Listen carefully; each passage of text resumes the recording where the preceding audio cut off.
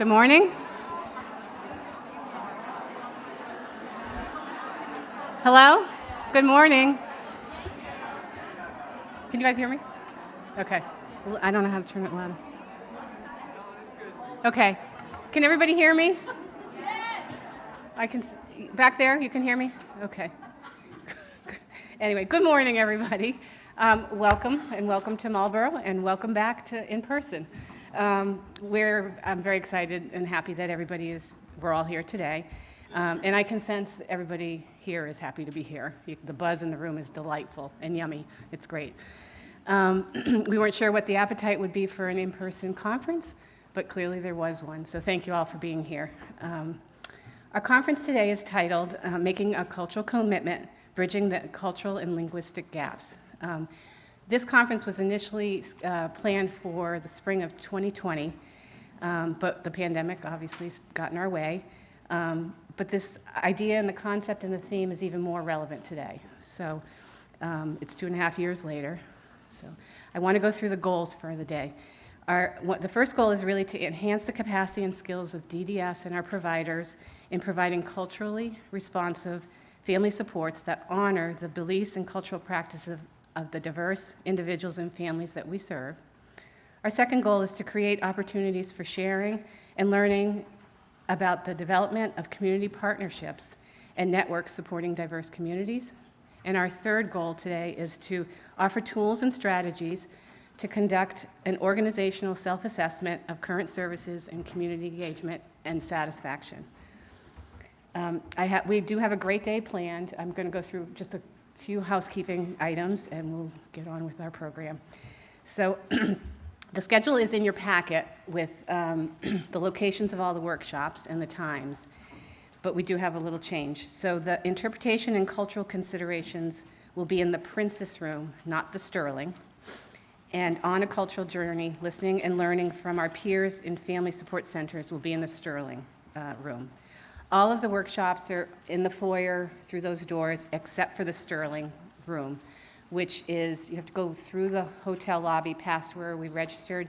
There's double doors there, and it's to the left. So that's the Sterling room. All the rooms should be labeled with the workshop titles, so you should be able to find them. The restrooms are in the foyer. There's additional restrooms, again, through the hotel lobby, past the registration on your right. So there's restrooms there. So before we move on to our family welcome, I'd like to thank and recognize the conference planning group. So they're just going to stand and wave. So I'll start with Lily Rosden from Multicultural Community Center. Judy Santamaria from Communitas. Kelly Auclair from the Department of Developmental Services. Isabel Castro from Multicultural Community Services. Kristen O'Melia from DDS. Jess Gonzalez from the Plymouth County Family Support Center. Judy Doherty, who's from DDS. Carrie Mahoney, who's from the ARC of Massachusetts, isn't able to join us today. She's done a lot of the details for this whole day, and she's celebrating a milestone anniversary, and she's in Maine. So we have Brianna Dickerson from Multicultural Community Services. Andy Law from Project ABLE, a program of advocates. Kristen DeAndrea from Riverside Community Care. Maria Stefano from DDS. We have Kathleen Emerald from the ARC of Massachusetts, and Beth Doyle from DDS. So we met several times over many, many months, and I just want to thank all of you. We pulled it off. Well, we hope we pulled it off. We're only at the beginning. So now I would like to introduce Jaya Pandey, who has graciously accepted our ask for a family welcome.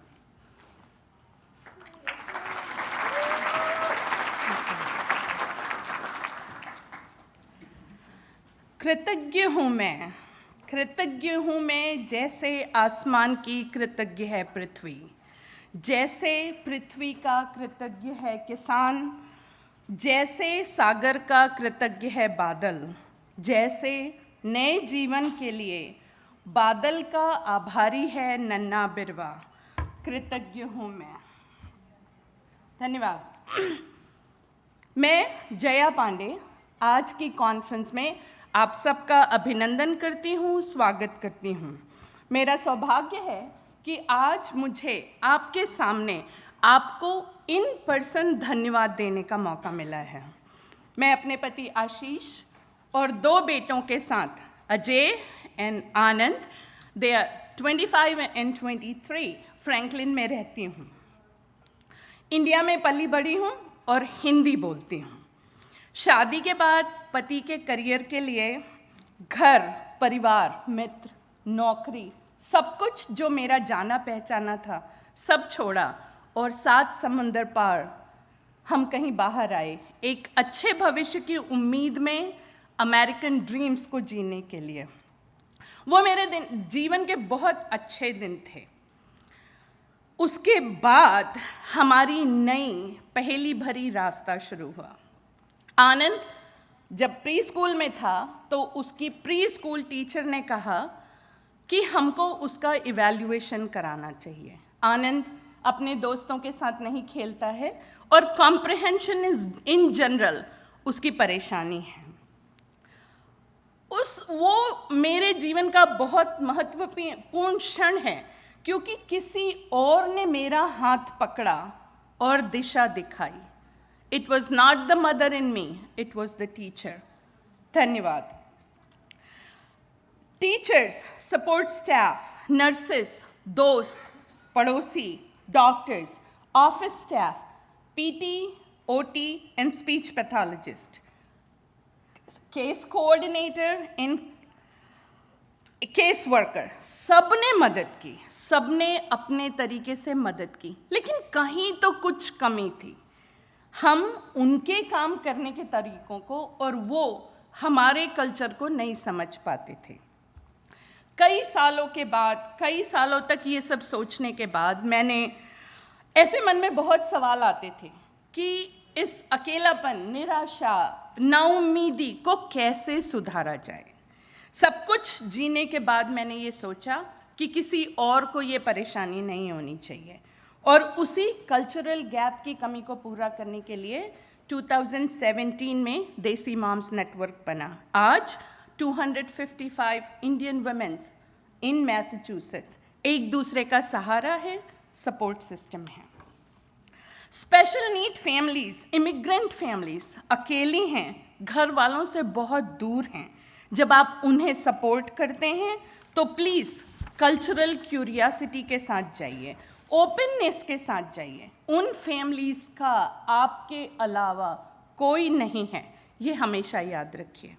अगर वो sir ढांकते हैं तो Orthodox नहीं हैं, अगर वो designer कपड़े नहीं पहनते हैं तो अनपढ़ नहीं हैं, हाथ से खाना खाते हैं तो पुरातनपंथी नहीं हैं, अगर ब्रोकन या एक्सेंट वाली इंग्लिश में बात करते हैं मतलब वो अनएजुकेटेड नहीं हैं, घर में जूते पहनते हैं, बैकवर्ड नहीं हैं, मीट नहीं खाते हैं, गरीब नहीं हैं, आपसे बहुत सारे पर्सनल सवाल पूछते हैं, नोजी नहीं हैं, वो सिर्फ आपसे कनेक्शन बनाना चाहते हैं, आपको घर में खाना, टी और कॉफ़ी ऑफर करते हैं क्योंकि ऐसा ही उन्होंने देखा है। ये इंडिया का कल्चर है। मैं समझती हूँ कि आपका काम बहुत मुश्किल है, बहुत मुश्किल है, लेकिन आप उनकी उम्मीद हैं, आशाएं हैं, उनकी दुआ है और उनका सहारा है। इन फैमिलीज़ की लाइफस्टाइल, रहन सहन, बर्ताव, खाना और भाषा आपसे अलग हो सकता है, लेकिन इनकी ज़िंदगी का मकसद एक ही है, उनके बच्चों की खुशहाल ज़िंदगी। इस तरह से सारी दुनिया के माँ बाप का एक ही धर्म होता है, उनके ही बच्चे, उनका कल्चर, रिलीजन सब कुछ हैं। आज मैं आपसे निवेदन करती हूँ कि बस एक बात याद रखिए कि ये बच्चे आपके लिए सिर्फ एक क्लाइंट हैं, लेकिन उन पेरेंट्स के लिए ये सब कुछ हैं। अगर आप ऐसी फैमिली से मिलते हैं जो एक सी भाषा बोलते हैं, जो एक जगह से हैं, तो प्लीज़ उन्हें एक दूसरे से जोड़िए, उनके विलेज को बनाने में उनकी मदद करिए। मैं DDS की शुक्रगुजार हूँ इस महत्वपूर्ण थीम के लिए, आप सब की यहाँ होने के लिए, और उम्मीद करती हूँ कि हम और आप आज एक दूसरे से बहुत कुछ सीखेंगे और उस दुनिया को बेहतर बनाएंगे। शुभम करोति कल्याणम।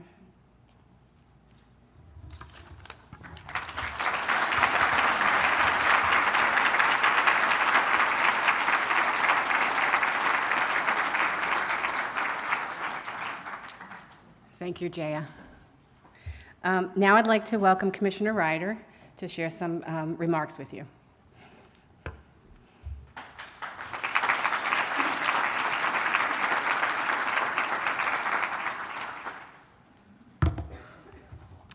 Good morning. First, I'd like to thank Ellen Killicarson, our statewide Director of Family Support, and our 4 regional family support directors, Kristen O'Melia, Ingrid Flory, Shannon Hubley, and Rebecca Anderson. I also want to thank Carrie Mahoney, who I hope is having a wonderful time in Maine, but also for her help and Mass ARC's help in organizing this conference today. I would also like to thank our Family Support Council for their invaluable input and counsel throughout the year. And Jaya, thank you so much for your remarks this morning. This was a great way to start this event.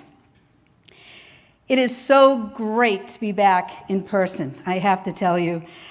Just being able to hear speakers today, see old friends, meet new colleagues, just talk about your work and yourselves is so important to the work all of you do.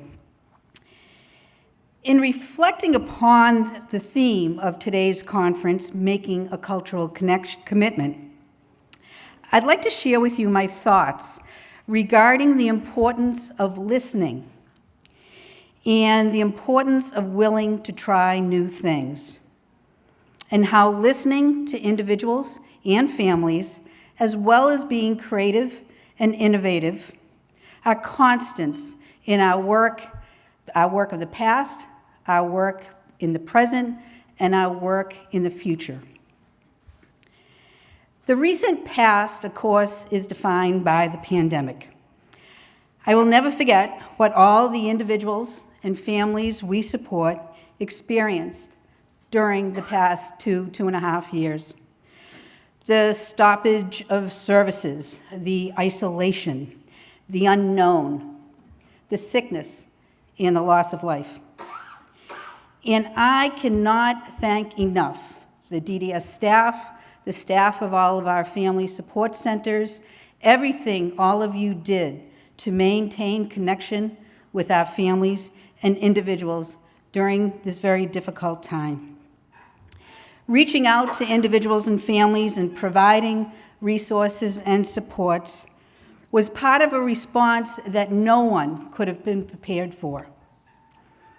And we will never forget how the pandemic further highlighted the great inequities that exist for access to services and healthcare in our minority communities across the Commonwealth. But something else happened during the pandemic. We heard from families and individuals. They came to us with ideas, different ways that we could support their loved ones, different ways of supporting people outside the traditional type of DDS services. Today, when I look at our present service system, unfortunately, we are not back. We have not fully recovered from the pandemic. Many individuals have yet to return to their day programs. Services are not back to full capacity. And not only day programs not being back at full capacity, our transportation system, of course, continues to have many challenges, and our residential system is stalled at the moment. We are experiencing a workforce crisis that we have never, ever experienced before. We do not have enough people to staff not only our current programs, but to even think about expanding services.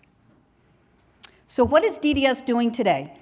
Based upon the experience of the past 2 years, working to continue to support individuals and families through this extremely stressful time. We are continuing to work with our providers to support them in building back services. In the past 2 years, we have provided our providers with over $430 million to enhance the rates to our residential programs, to our day programs, and to our family support systems. Secondly, we at DDS are making a collective effort to update all of our active individuals' race and preferred language information in our database that contains the information on the over 40,000 individuals that we support. Currently,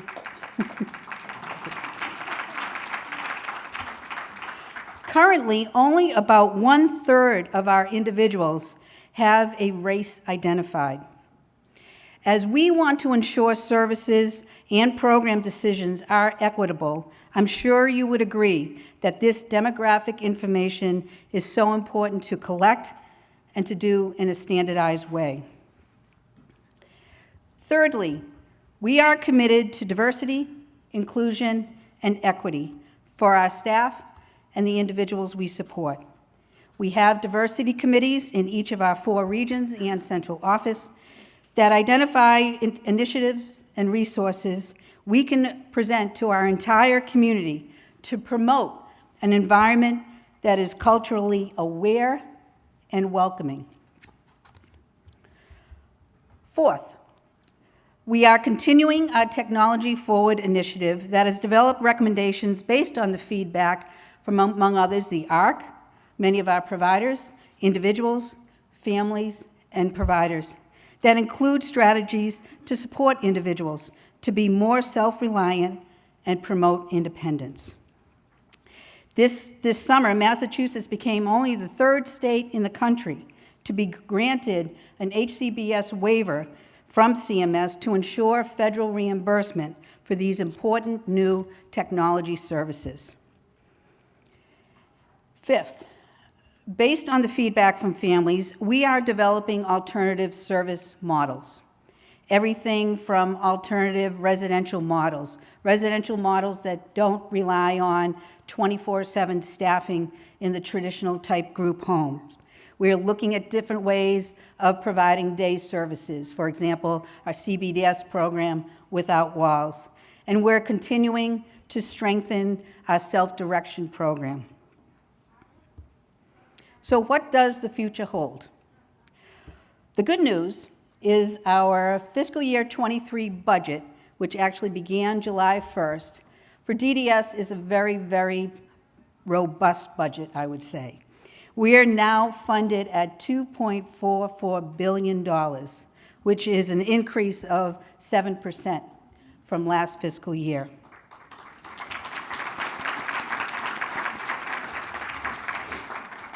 Just a few of the highlights of this budget.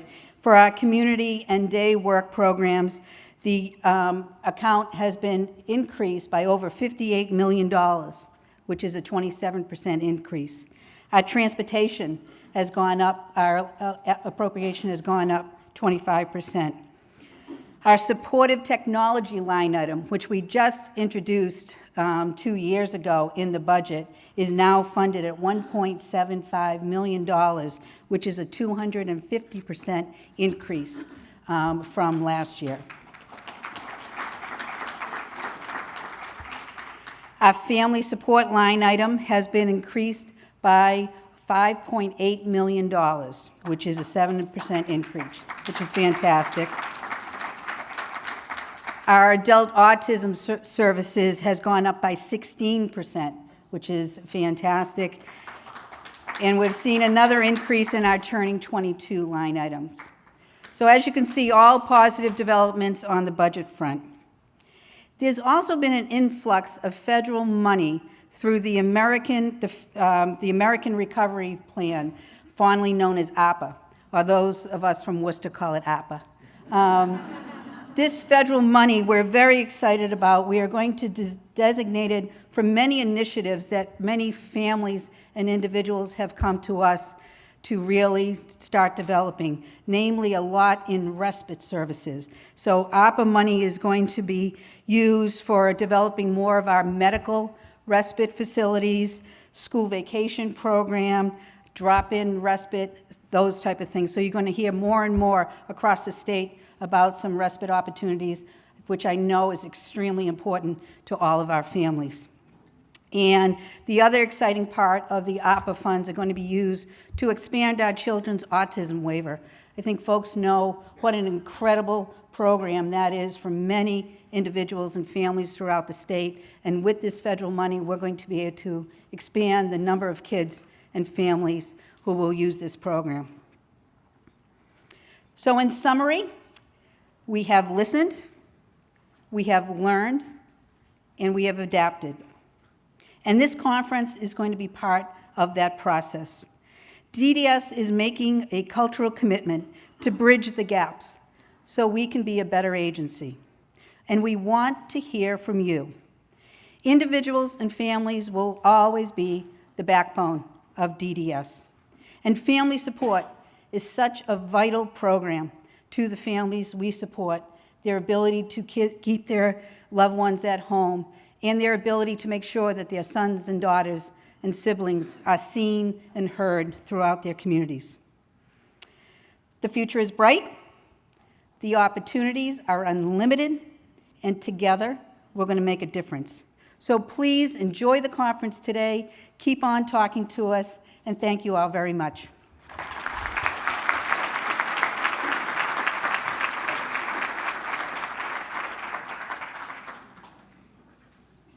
Thank you, Commissioner.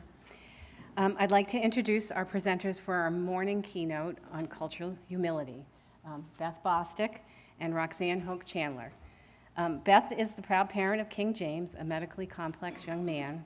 Beth is known for her ability to facilitate candid conversations about special education, caregiver needs, disability rights, and healthcare disparities among underrepresented and disfranchised populations. Roxanne is a Boston native, a mother of 2 daughters. She speaks at forums on childcare, literacy, and healthcare disparities. She has a passion for working with marginalized and under-resourced populations. So I'd like to welcome them.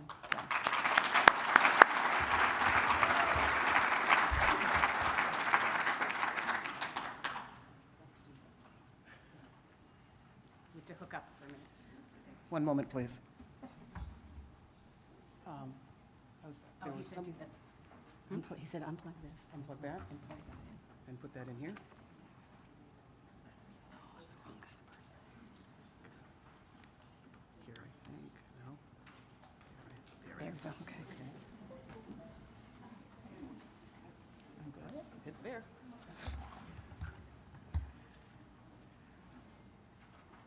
Did you get notes?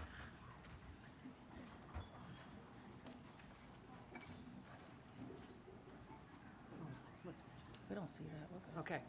Good morning. Oh, let me try that again. Okay, yes, I took the long commute this morning as well, so we're going to try this again, all right?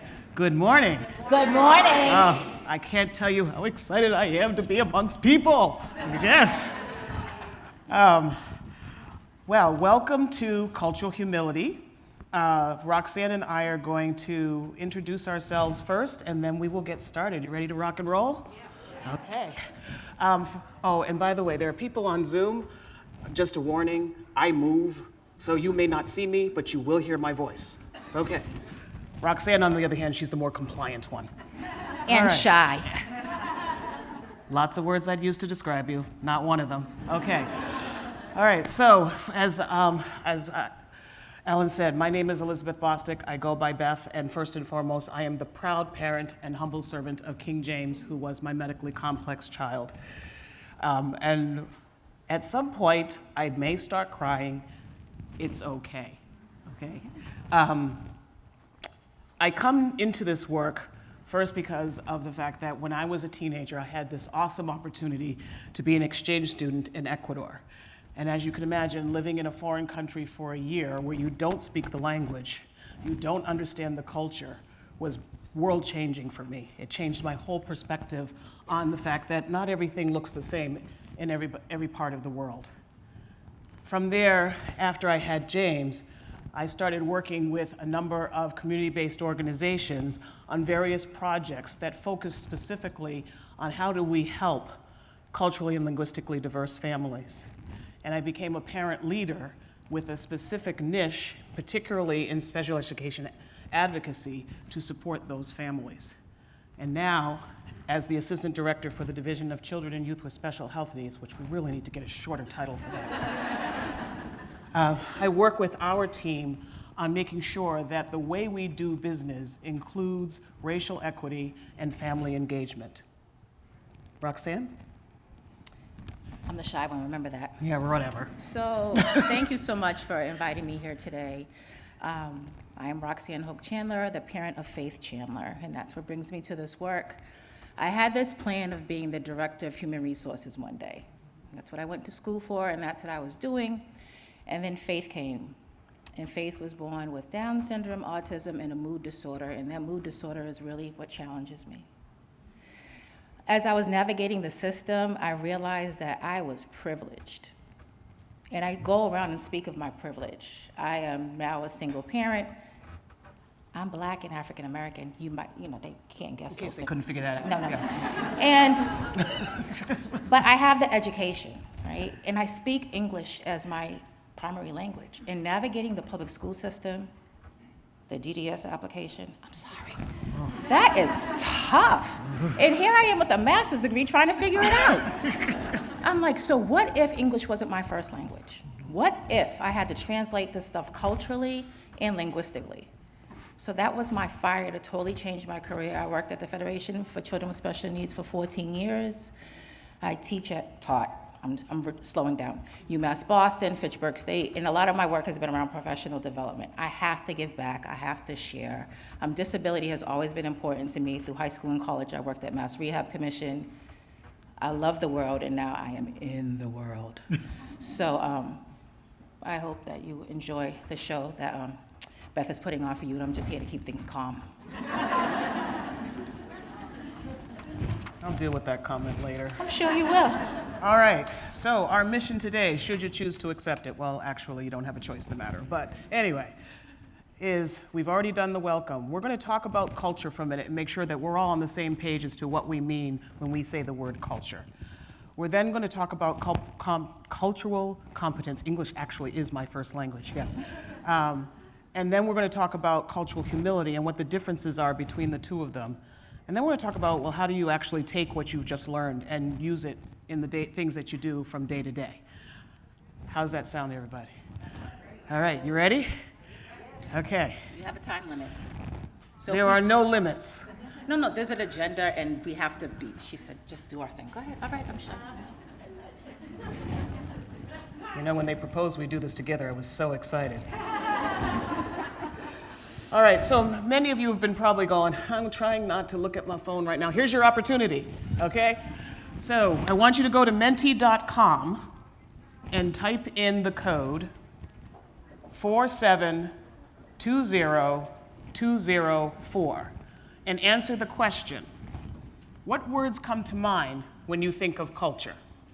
We're going to give you time because this building and the internet, you know how funky it can be, you know. Positive attitude. Positive right? attitude. Sorry. Positive vibes. Positive vibes. Menti.com.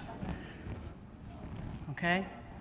The code is, I will read it again because it's really surprisingly small up there, 4720204. One more time. 4720204. I feel like we should play the song in the background, like do do do do do do do do do do do do. Uh-oh. One more time. Is there a Wi-Fi password? Yes. Oh, details. September, all lowercase. Things don't change here, huh? Best Western. Well, you can do meeting. Best Western meeting. Okay, back to singing.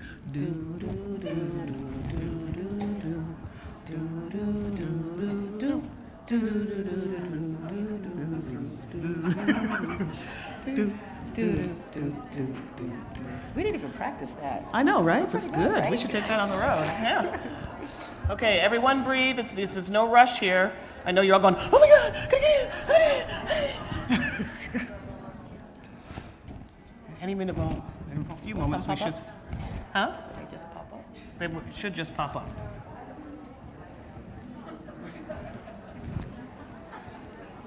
Or if they're having difficulty, some people could just yell. Yes. We'll see if, are people in Menti yet? I just want to get a sense of Yep. where you are. Okay. Okay, cool. So the question again is, what comes to mind when you think of culture? And if this doesn't work, we can always just shout it out. Or we were hoping for a beautiful word cloud.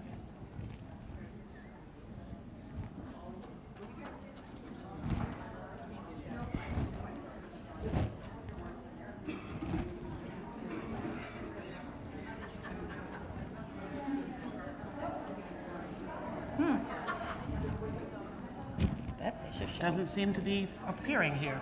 Okay. So while you're typing in, and in the interest of time, what are some of the responses you typed in, if you feel comfortable telling us? Just shout them out. What do you think of when you think of culture? Enriching. What else? Love. What else? Food. Yes, ma'am. Tradition. Identity. Okay, wait a minute. There were like three at the same time. I heard family. What else did I hear? Differences. Tradition. Tradition. Important. Say that again. Respect. Respect. Connection. Connection. Music. Hand in the back. Family roles. Absolutely. Yes. Scary. Scary. Okay. Clothing. Yes. Values. Food and diversity. Religion. Love. I think there was a hand back there. Pride. Pride. Some good ones. Those are good. I like them. So why don't you tell them what our definition of culture is?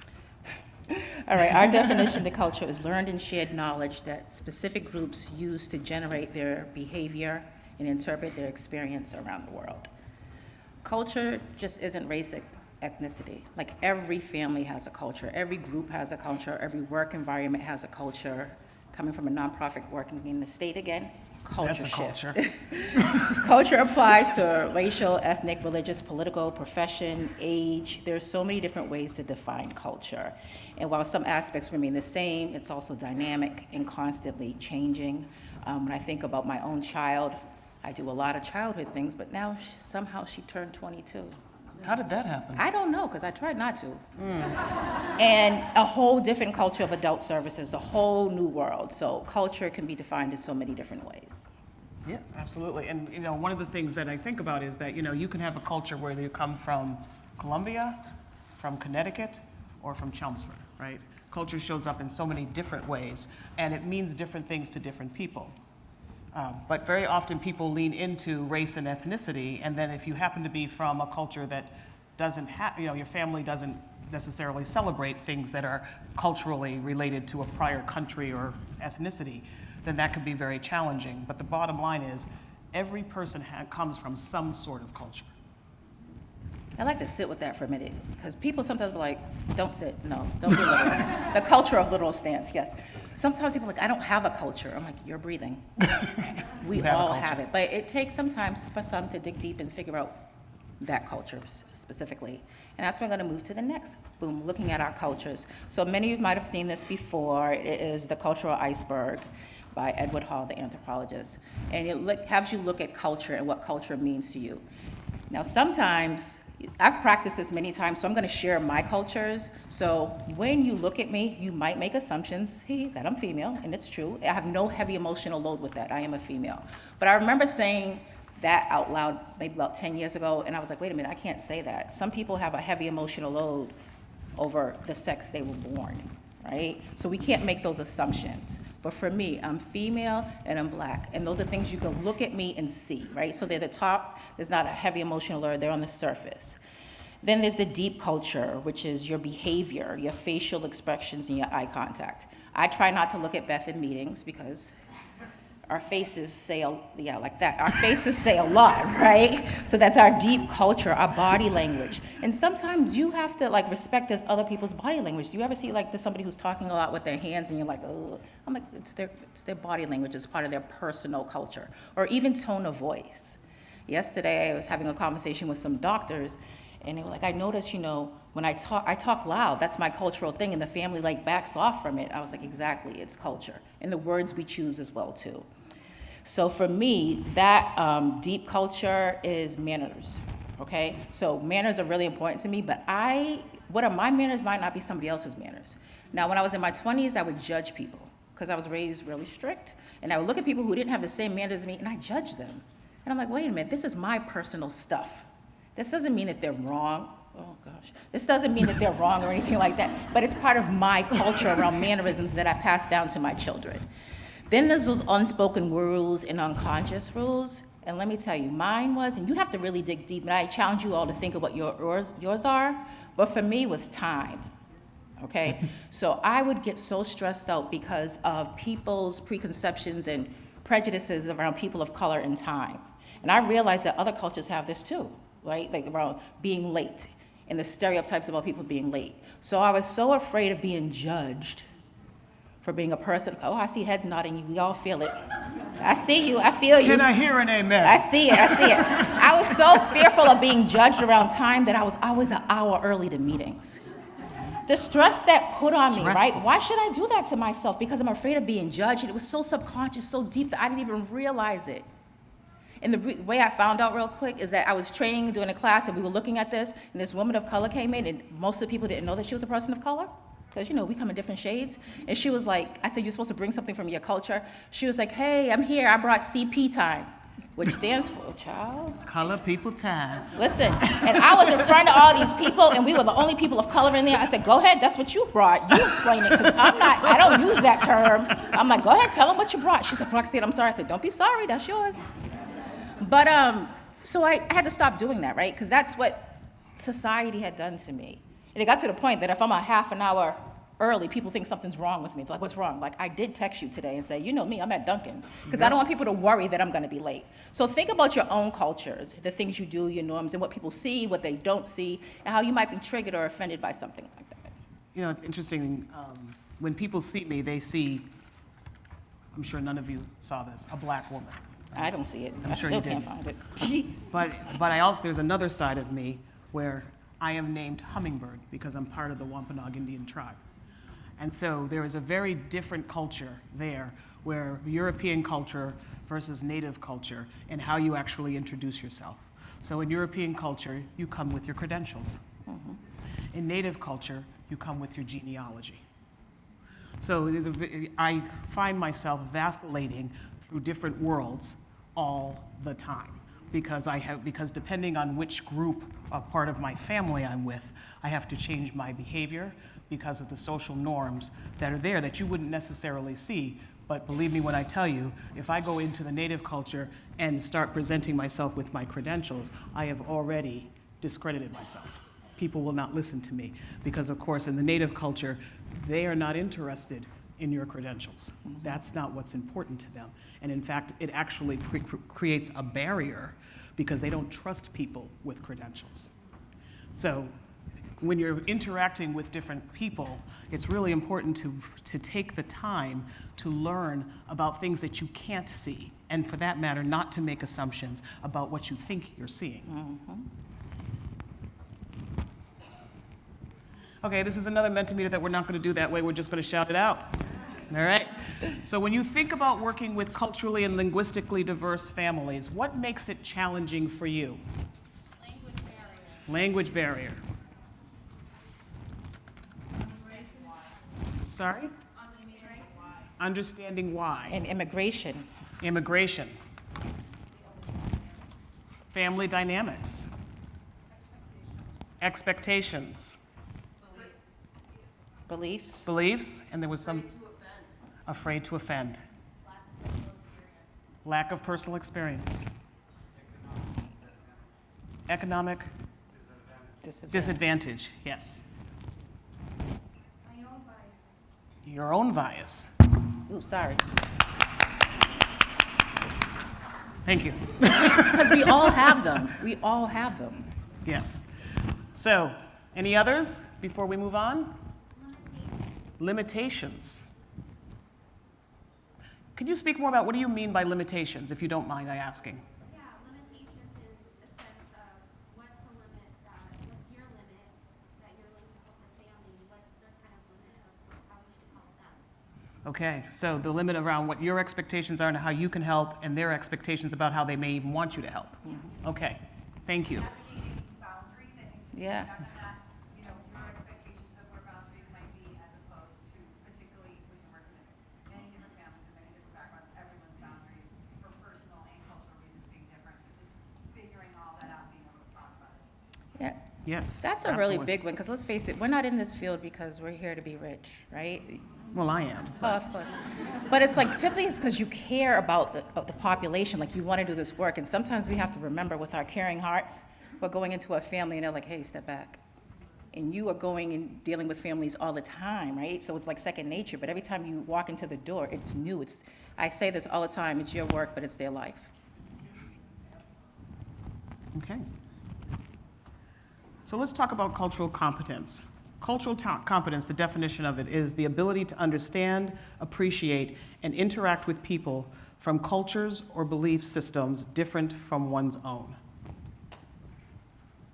So what do you notice about that definition when you think about cultural competence? What does it imply? Acceptance.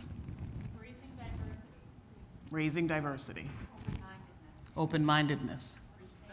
Respect. Courage. Lots of that. Yes? Understanding. Curiosity. Willingness to know that you may not know all the answers, and listening. I did get both of those. You're good. Oh, thank you. It's a gift, really. I know. Yeah. I can't wait to grow up and get it. Don't try. All right. So the thing about cultural competence, the word competence actually implies that you, at some point, learn it all. Raise your hand if you know everything about every possible person on the planet. Okay. All righty then. One brave one in the back. We'll talk later. All right. So, but it's very content oriented, right?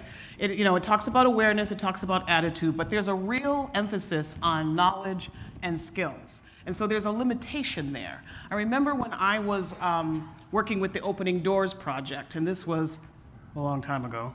I was 5 at the time. Yeah. But there was a real thrust for understanding different cultures, and I was actually helping the project to recruit families from different communities so that we could understand how early detection, recreational activity, and moving on to college, what that looked like in different cultures, right?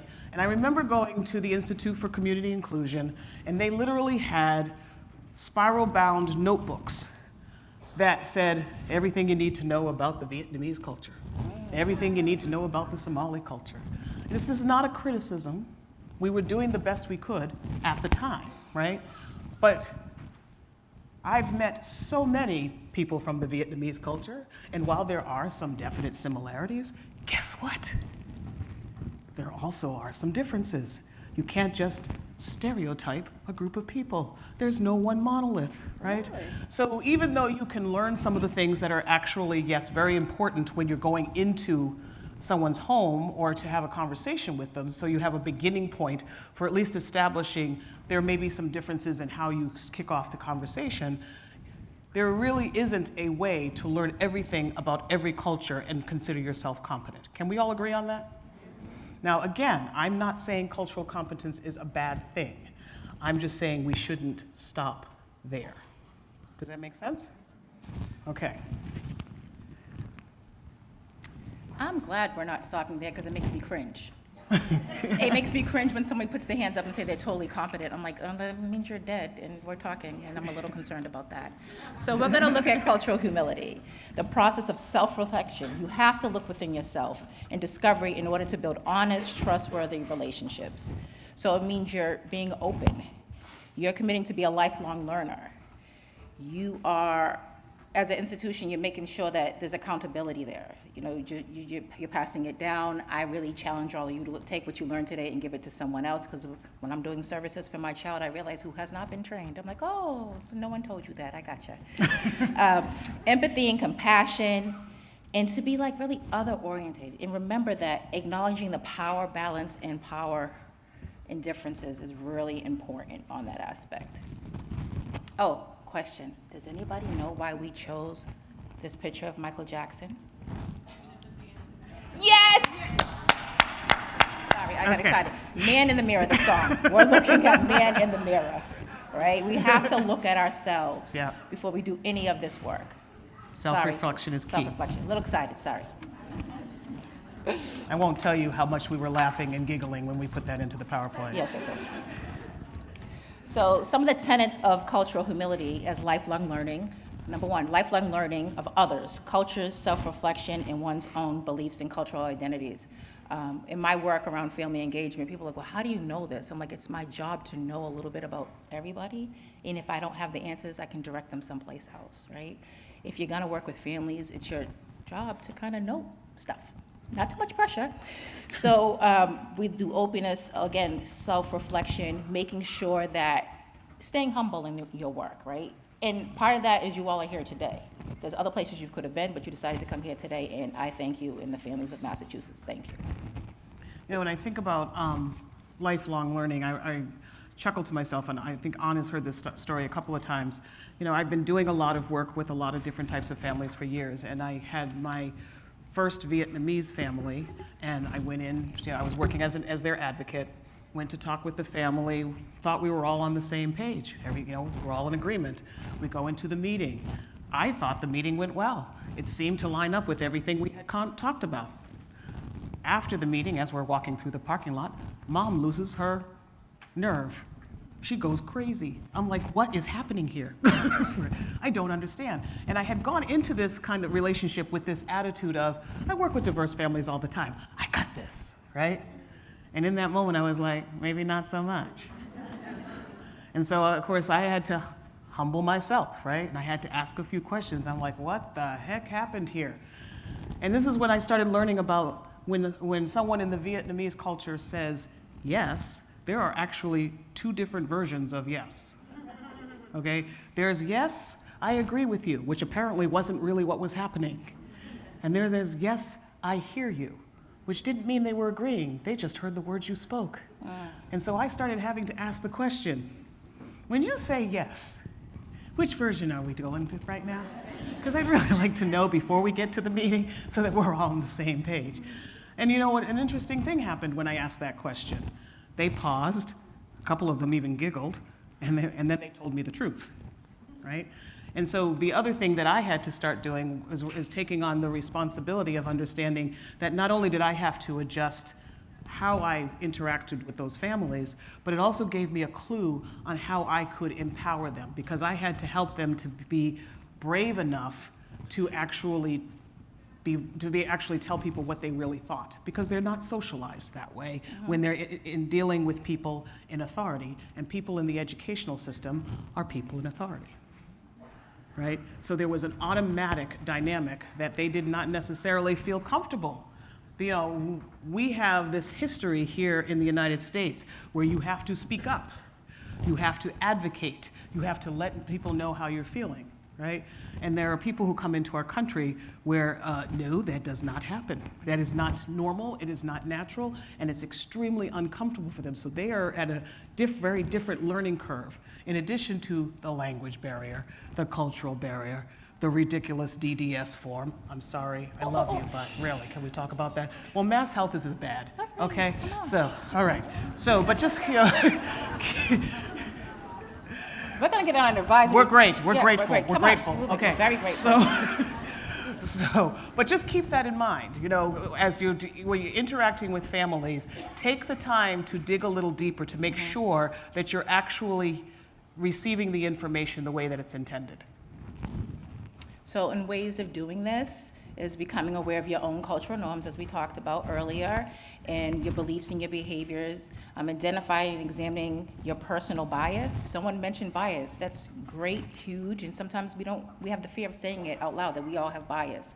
And considering the impact and cultural differences might have on your own interactions with BIPOC families. Like I try to do that all the time because I'm human, right? And I say, okay, you're dealing in this situation, you don't want to make assumptions, but remember who you are. Like the example I gave around manners, like some way that and a quick example of that is I talked about how, like table manners at the table when you're eating. And I was talking to a coworker and she said, in my family, there were 7 kids. If you wanted food quick, you had to just grab it.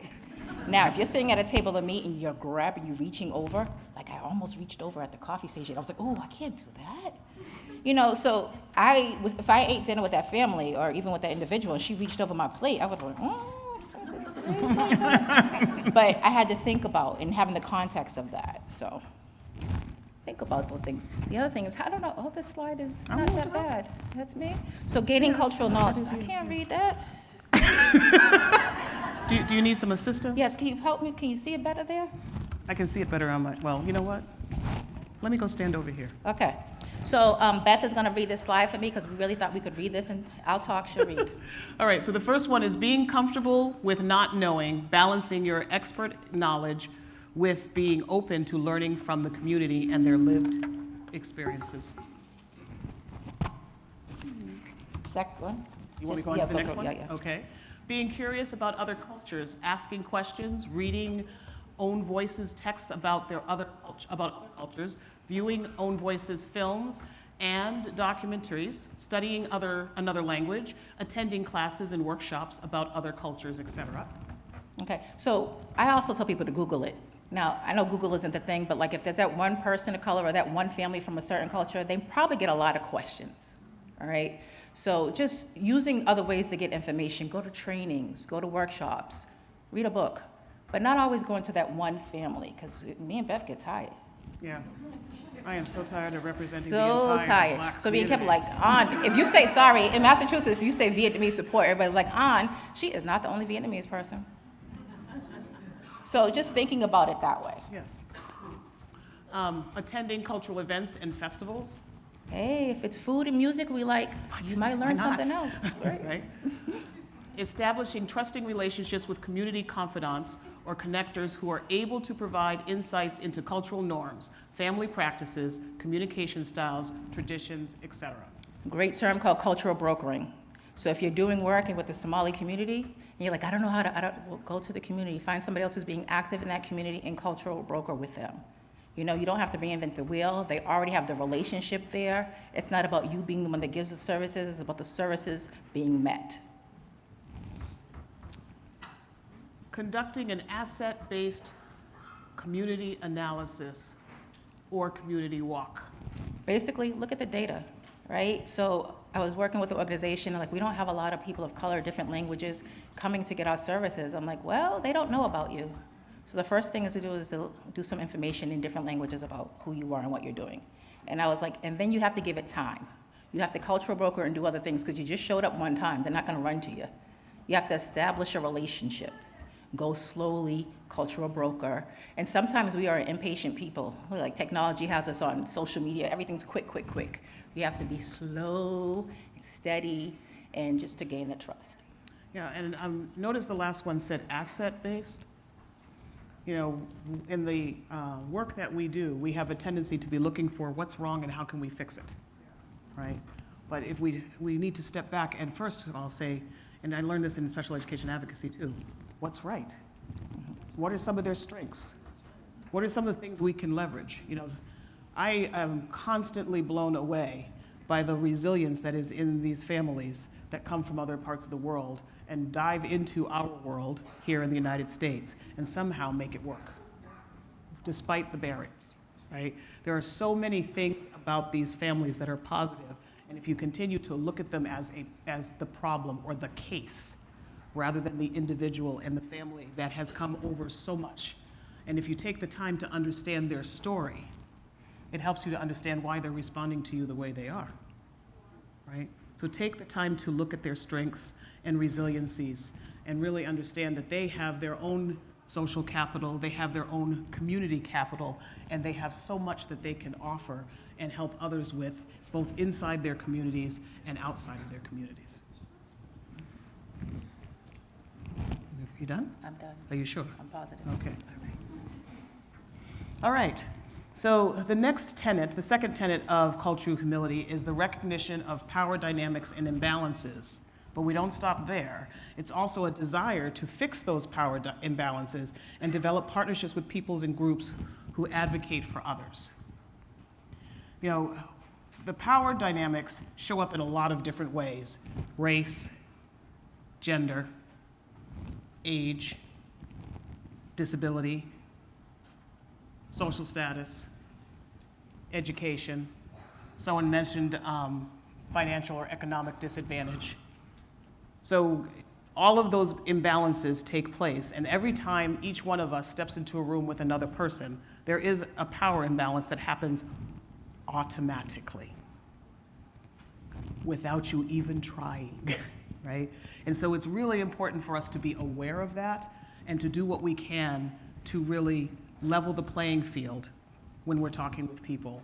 And then looking at ways that as we are doing things as a group, as we're developing policies, as we're developing strategies on how we're going to interface with communities, to be very aware of that power imbalance and see what we can do to actually lessen that so that we can actually be effective. And Roxanne has an amazing example of that. Yeah. So I am comfortable in saying that I have privilege in certain places. Some people are shocked by it, but when you, like you said, there's always a power imbalance. So everybody here has some power in some situation with someone else, right? So being okay and comfortable with that is really important. So I wanted to think of an example that had nothing to do with kind of like why we're here today, and I'm thinking about my other daughter, my so-called typical one, I call her. That's not nice, but I know. So she was in high school, and I paid for her to go to a private school. La-di-da. Yeah, right? It was ridiculous. So she was in high school, and she wrote a paper on what it was like having no people of color working at the school. And like there was nobody. In fact, I did find one person who worked in the kitchen, and she friended her on Facebook. I was like, "Who's a stranger? What's going on?" She was like, "Mom, it's the kitchen lady." I was like, "Oh, that's so nice, honey." So she wrote a paper about what it was like, and the teacher said, "You know what? You should bring this to the head of schools. There's going to be a meeting. You should come and read your paper." And she said, "No." And these two, and they happen to be white male teachers. And this was an all-woman school. These two teachers were like, "You should come, you should do this, you should do this." And I'm like, wow, they don't even have that relationship with her where they could understand that she would be afraid to do that to the head of schools and say, "This is what's wrong with your organization. I'm a student here trying to graduate." But I teach everybody they should have an ally somewhere, right? All my kids, myself in school, there was always that one person. And there was this one person in the school who happened to be her favorite teacher, and she was an ally before we used the word so much. And I called her, I said, "Listen, they want my daughter to read this paper." She said, "They want what?" "These men." Sorry, no, it's nothing to do with their sex. They just don't realize the power imbalance and how she would be intimidated to go to the head of school and say, "This is what's wrong here, and please don't fail me out." So this ally teacher went with her and educated the other teachers on why there was a power imbalance that they didn't even realize. But the power imbalances are everywhere, as you said. And just think about yourselves and the work that you do. It's not your fault. It's not our fault. That's why when I come in and I present to, like I do a lot of work with doctors, I'm like, "I'm privileged." And they're like, "She's in the wrong room." Keep in mind, particularly for immigrant families or families who haven't been in the United States for a long time, so many of them come from places where special education is not an option, medical services are not an option, and so when they come into the United States, they're just so incredibly grateful to be here, which is awesome, and we all could learn from that because, we all have come to this place where, we just assume those things are going to be there. But the other side of that is that as a result, they may not push back on things that, some of us, it would just go, "What do you mean they did that?" Exactly. They're like, "We're just great. We had an appointment. We got to see the specialist," right? So keep that in mind, that power imbalance exists even in those types of scenarios. So when you're wondering why someone may not be initiating something or engaging with you in the way that you would like them to, They're looking at you as, I'm just so grateful that you gave me that $750 of flexible spending this year. Thank you very much. I'm not going to ask for anything else. And you're thinking, but there's so much more that we could offer you, right? But that's that power imbalance again, because as far as they're concerned, they don't push back. They don't ask for more. They're just so grateful for what's here. And that's why relationship is so key. And can you imagine how many families just got that little piece of something in education and human service, in all these worlds, and doctors, because back in their country, I wouldn't even gotten this. But that makes the divide even greater. You know, so just think about that in your work. Pass it on to somebody else, teach somebody else. So things that you can do to help with the power imbalance. You know, studying the history of race in the United States.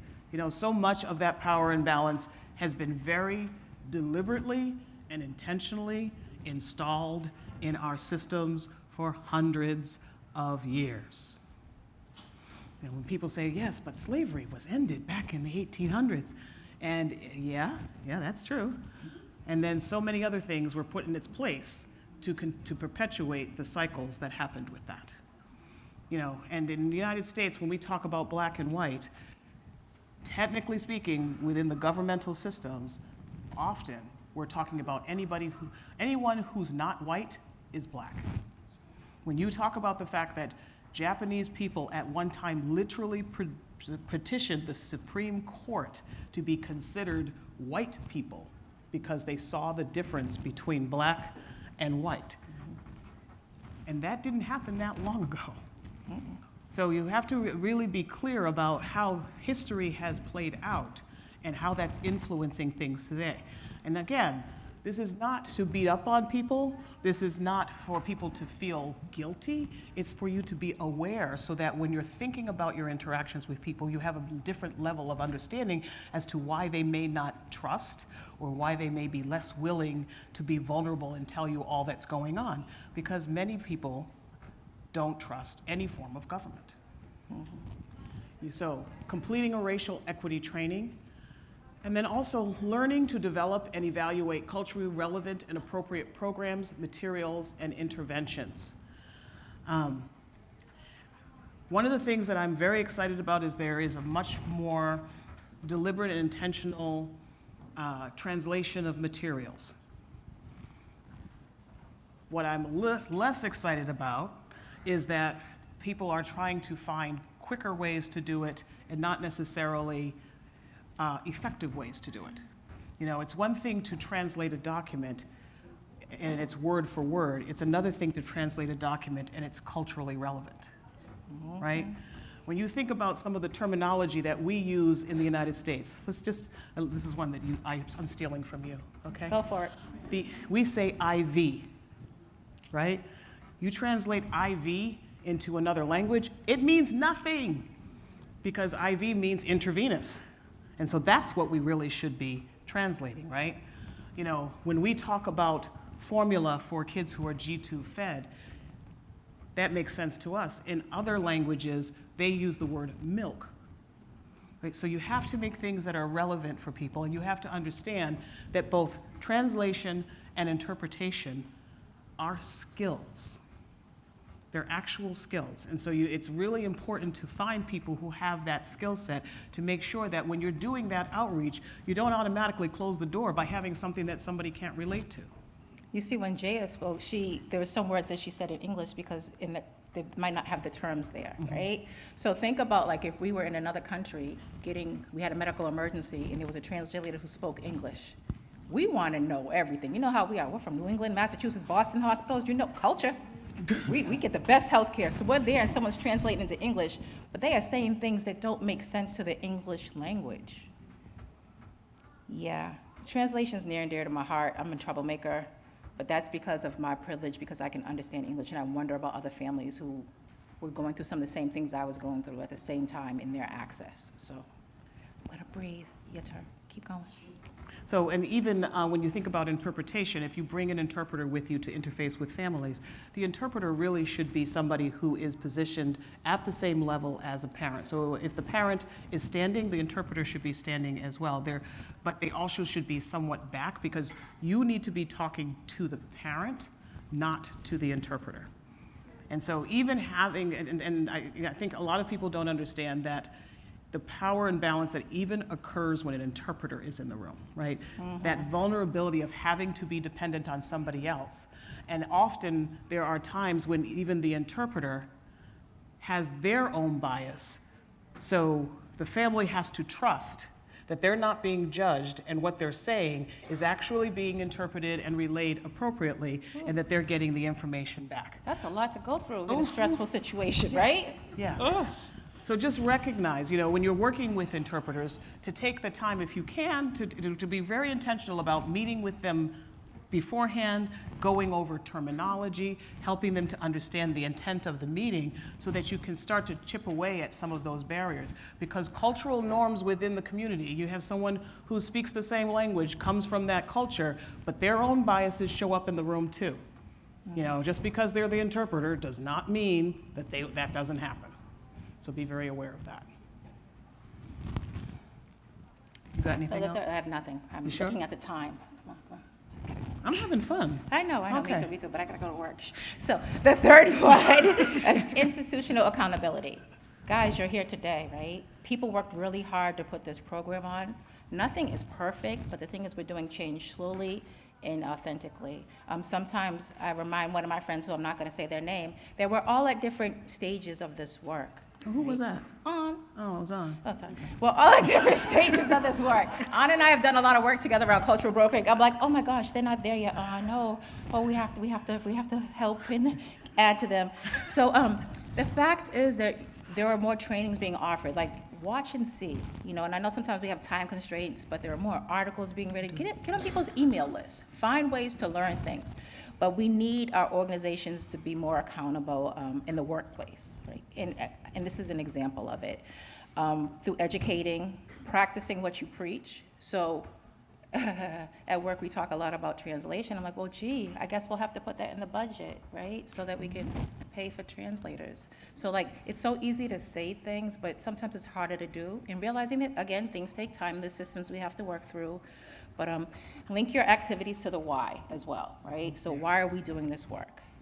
What is our goal here? The people of Massachusetts, we want to support them. If you want to support the people of Massachusetts, you do that in a diverse way because we all are different. And reviewing services and policies with a cultural lens. Look at who's not at the table. Look at what harm we might be doing. Really some deep thought in some of these actions. So, when we talk about applying a racial equity lens, why don't you talk about the first one? Gee, I wasn't ready for that page yet. Gee. Yes, you are. All right, sorry. Okay, great. So when we talk about applying a racial equity lens, is one, paying attention to race and ethnicity. We clapped. They're now taking the data, right? And some people's like, oh, they weren't taking the data in DDS? Well, listen, when COVID hit in DPH, did you see them on the news talking about, oops, we forgot to look at race and who was affected by this? It is a process. We are learning. When you know more, you do more, okay? So paying attention, that is one great example that was said today, that what we didn't know that was gonna be said. We were very excited. We were clapping in the corner about that. Two is leading with racism explicitly but not exclusively. Race is an issue, right? And we lead it with first, but there's also intersections with race and disability. There's so much more around it. There's language access, ageism, but don't be afraid to look at the race aspect. And as Beth said earlier, sometimes it's like, who's white and who's non-white? Not to lump all together, but like, who is not at the table? Look at your community, look at the work, who is not there? Using a racial equity lens also means analyzing the problem at their root causes, which is why Beth mentioned the history, looking back at the history and what makes these things happen from a structural standpoint, and also understanding the system is, understanding that systems are doing the failing. People aren't necessarily doing the failing, okay? It's the system that we need to work at. And almost like when we talk about racism, or like the term white supremacy culture that gets everybody shaken up, like, oh my gosh. I'm like, it is a system. It isn't the individuals necessarily. Sometimes we just do what we know because that's the way it goes, but we didn't get to look at the whole system of it. So think about, I'm gonna move it around, move it back to COVID, right? They didn't think about who was affected most because they didn't ask. They changed that. They worked around that. So think about the systems wide, not the individual. I always say, don't take it personal. We're talking about the system. And then once you get past that, now make it personal. What can you do to change the system? right? And we all have a part in that. So some of the things that you can think about, there are questions you can be thinking about when you're going out and you're saying, we're going to do this initiative. We're really excited about it. We're going to change the world. When you're changing the world, make sure you ask these questions. What are some of the racial and ethnic groups affected by this? And what are some of the potential impacts to those groups? Right? Who are some of the people that are going to be impacted? The other is, does this ignore or worsen existing inequities? And what could be some of the other unintended outcomes? I had a situation happen to me a couple of years ago where a DPH was doing a study on Black women and the experiences they had having children. And so I got a phone call to be a key informant interview. And at first I was like, oh yeah, that would be so cool. I'd love to be able to contribute to that. And then I didn't realize, as I was answering questions, that I had blocked out some of the horrific things I had experienced giving birth to my 2 children. It wasn't intended. People were doing the right thing. They were going to the source to get the information. I had to bow out of that because I couldn't handle it at the time. And I remember the person on the other side of the phone, when I said that to them, she apologized. And she said, we knew that there was a possibility that there could be that unintended consequence. And I'm really sorry that that happened to you. And I appreciated that. So when you're thinking about working with people and asking questions of them, understand that there may be times where people just will not be able to participate because people have been through horrific, heinous things. And to be re-traumatized by recounting that really is problematic. So just be very sensitive to that. I think a good practice with that, Beth, sorry, I know time, sorry, is to also circle back afterwards. So if you ever have a person with lived experience, and I hope you always do, speak and do events, circle back after. Like, how are you? How was that for you? We do pre-work, do post-work as well. And then also, make sure, have we involved stakeholders from the communities affected by this?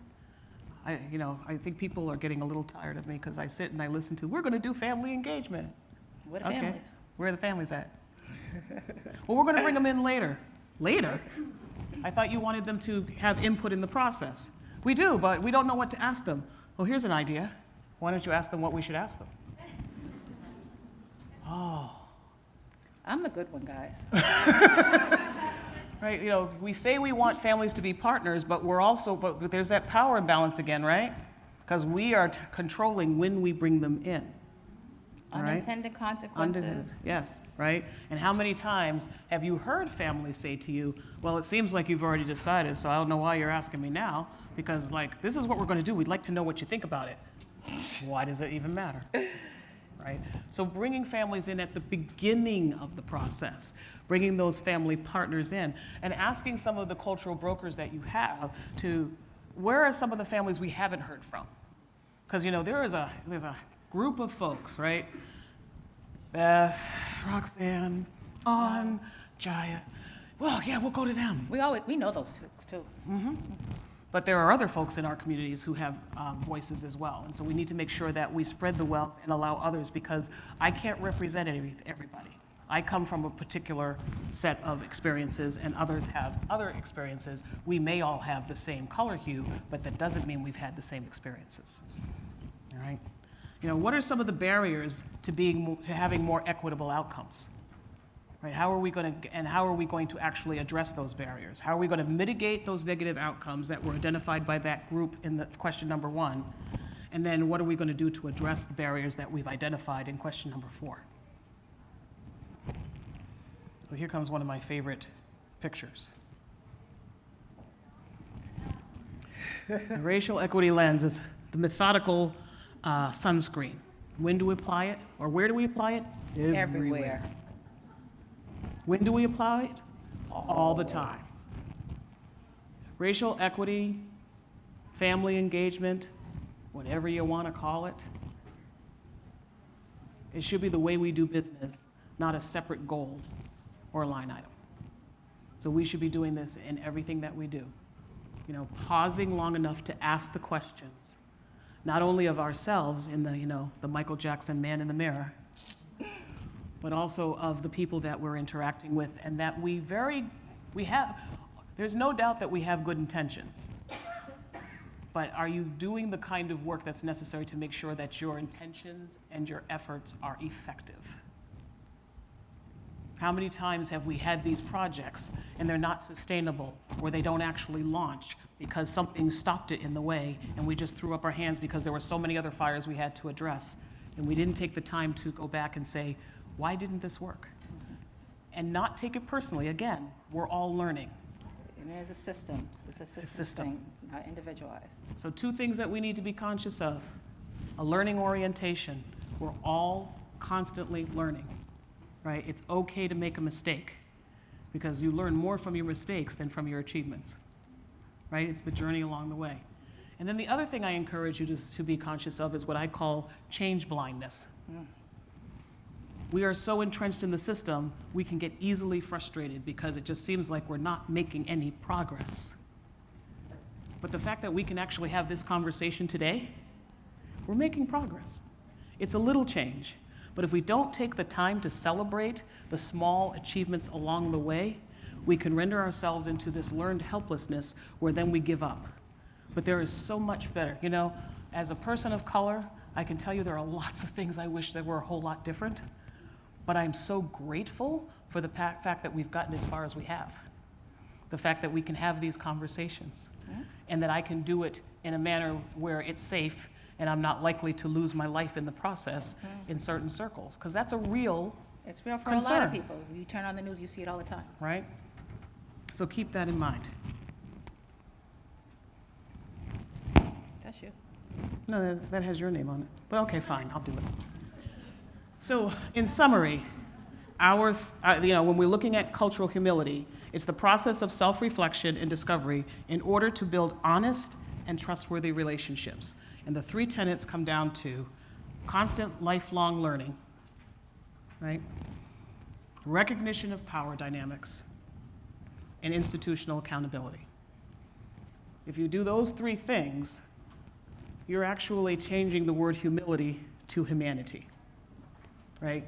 All of us want to be treated with honor, with respect, with appreciation, with understanding.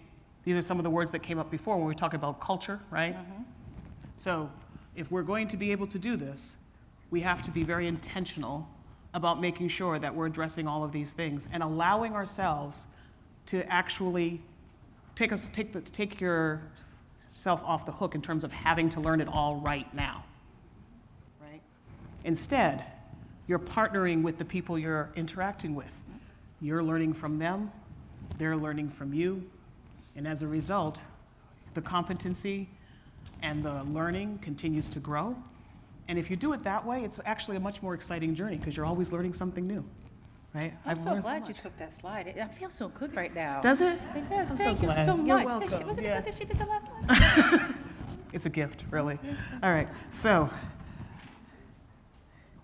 we thank you for being here today. We thank you for all the work that you're doing with families, and we don't wish you good luck. We wish you good effort. All right? We want you to do the work. We want you to make sure that your efforts are effective, right? You can do a lot of things, but if they're not getting the results that you're getting, take the time to look at and ask the question, why?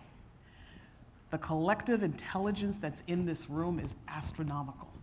So lean into your colleagues, lean into your cultural brokers, take the time to ask questions, be aware of power imbalances, do what you can personally to help dismantle this system and to effectively serve the families that we all love.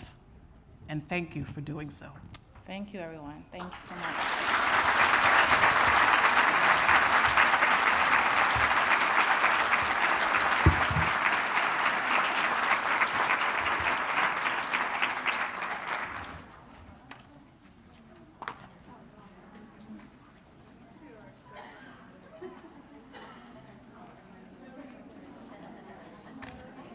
Thank you both. That was great. That was really great.